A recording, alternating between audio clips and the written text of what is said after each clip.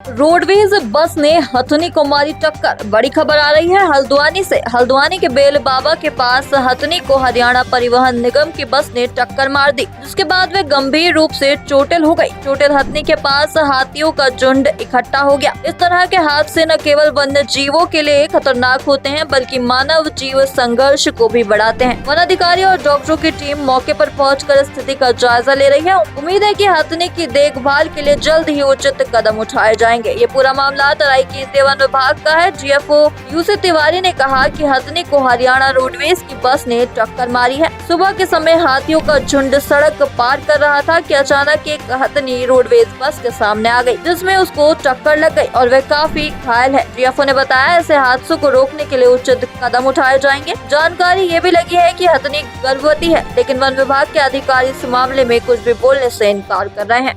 हल्द्वानी से संवाददाता दीपक अधिकारी की खास रिपोर्ट।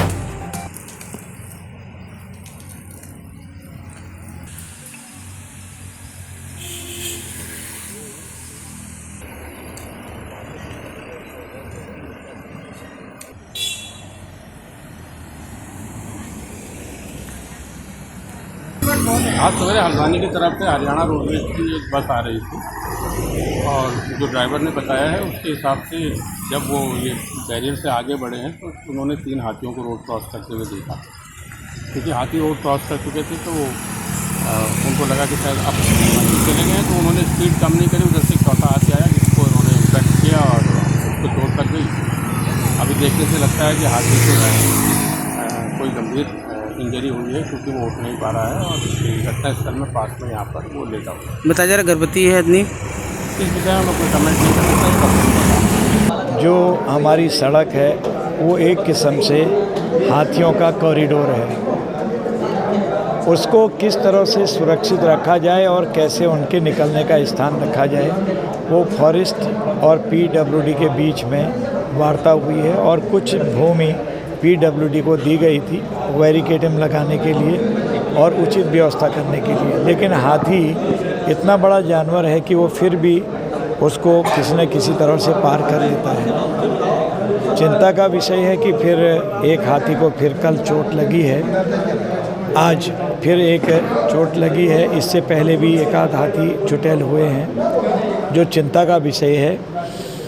अतिशीघ्र हम टाडा जंगल में लाइट लगाने के लिए विभागों से कह रहे हैं, ताकि जब ट्रैफिक चलता है वो तो 24 घंटे चलता है, किसी भी समय कोई दुर्घटना हो सकती है, वो कम की जा सकती हो। और किस तरह से आगे के लिए सेफ्टी जो हमारे मेजर्स हैं उनको और अच्छा चुस्त दुरुस्त किया जाए, उस पर भी हमारे दोनों विभाग डिस्ट्रिक्ट एडमिनिस्ट्रेशन विचार कर रहे हैं। चिंता का विषय जो है, लेकिन कुछ ऐसी चीज़ें हो जाती हैं। वैसे रामनगर से आते हैं एक कॉरिडोर, वो भी है हमारा।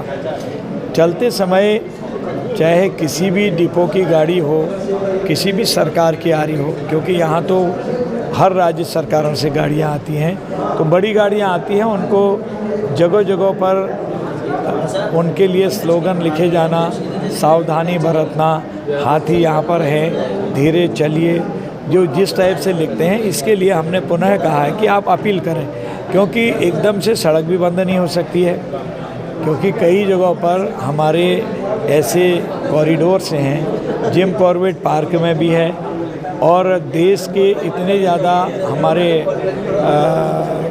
स्थान हैं जहाँ पर हाथी हैं, शेर हैं और अन्य जंगली जानवर हैं। सड़कें भी जाती हैं, लेकिन उसके लिए जो उसके सेफ्टी के लिए हमारे नियम बनाए गए हैं, उसके लिए पूरा आगाह किया जाता है। जैसे अकेले न निकलें, इतने बजे के बाद बाहर न निकलें, गाड़ी चलाते हैं तो एक इतनी स्पीड पर निकलें, अगर जंगली जानवर क्रॉस कर रहा है तो उसको क्रॉस करने दें, खड़ी हो जाएं।